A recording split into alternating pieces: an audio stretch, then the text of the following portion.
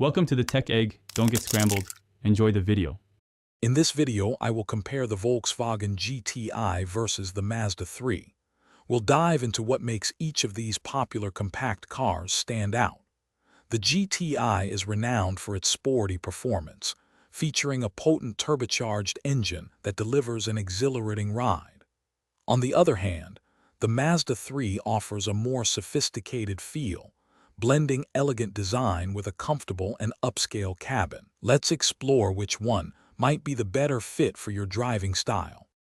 When it comes to driving dynamics, the GTI truly shines with its precise steering and firm, sport-tuned suspension, making every turn feel engaging.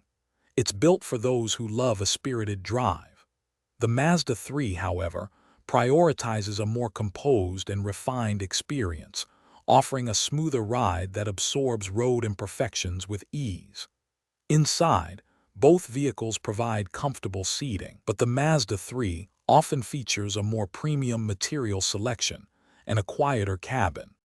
Considering practicality, both are hatchbacks, offering versatile cargo solutions.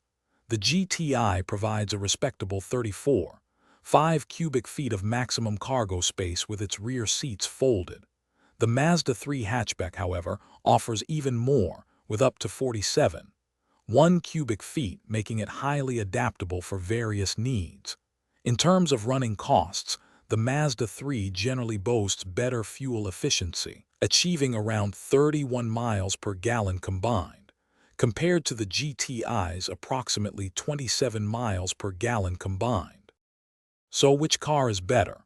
If you crave a thrilling driving experience with sharp handling and a powerful engine, the Volkswagen GTI is likely your ideal choice.